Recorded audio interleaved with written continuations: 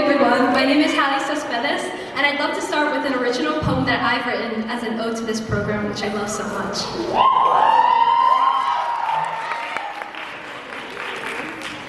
To figure skate in Harlem. Truthfully, it stinks sometimes, the rink at Riverbank, because it's also a water treatment plant. But the smell reminds me of a rink with a roof, no walls, yet ice nonetheless, bringing an uncanny freedom to brown girls on Tuesdays and Thursdays, late afternoons and early evenings. Occasionally, sulfur scent glides on the south wind, originating from the long pipes that plume the rotting scent upwards. But you'll have to push through the sour to get to the sweet aftertaste of skating. And maybe it's all the inconveniences that the rink has that makes it special to me.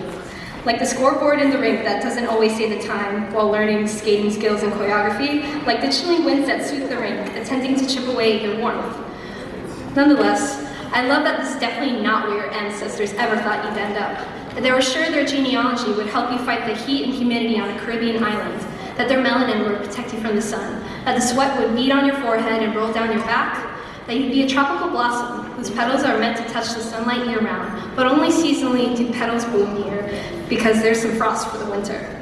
But those ancestors aren't disappointed, just a little surprised. And although blushed cheeks suggest your body's attempting to fight the cold, you must tell yourself that the crisp air isn't enough to freeze you. Even though your fingers later admit to the frigid weather once you return to the warmer locker rooms, you have to tell yourself that real cold is your skating costume you'll wear at the end of the season. That's just light mesh, smooth velvet, and long sleeves if you're lucky. While the river breeze nips at your skin, while it's 17 degrees, and at 17 years old, you're gracefully cutting through this frozen surface to prove you can dance on it. It's a little comforting and a little challenging to be there, but it's admirable that you're there anyway. Even if you're still working on jumps and lunges, even if you'll never waltz the way the girls who compete do, even if it's inconvenient, it's lovely to be present.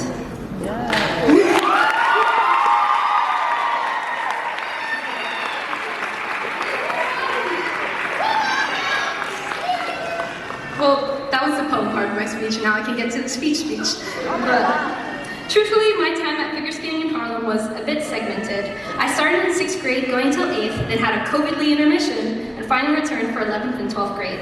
Throughout all my years with this program, FSH was my safe haven, a place where girls had unconditional love, ambition, and inspiration, a stark contrast from my predominantly white middle and high schools. FSH was my foundation of excellence and color. That foundation was a leadership that came from a place of empathy and resilience from all our hearts. My sisters always supported me in my academic and skating endeavors, from writing college supplements to encouraging me to attempt that bunny hop. Our voices are used to spread love here, letting it seep from our fingers, bounce off our smiles, and letting it cut through the ice. And, however, I wouldn't be standing here without thanking the people I love most. To my mom and dad, thank you for all the sacrifice you put toward me and my education.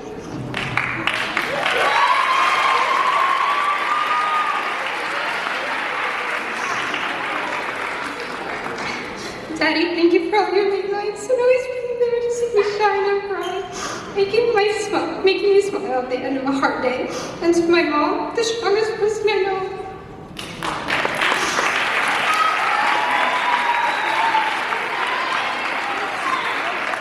She was the one who brought me back to FSH when I felt my sad chapter of my life was over.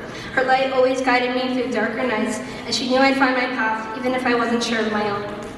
And of course, thank you to all the staff and all my sisters who remind me that we are the hope of those to come. I love you all so much from the bottom of my heart. I'll never forget you. I'm gonna miss you so much.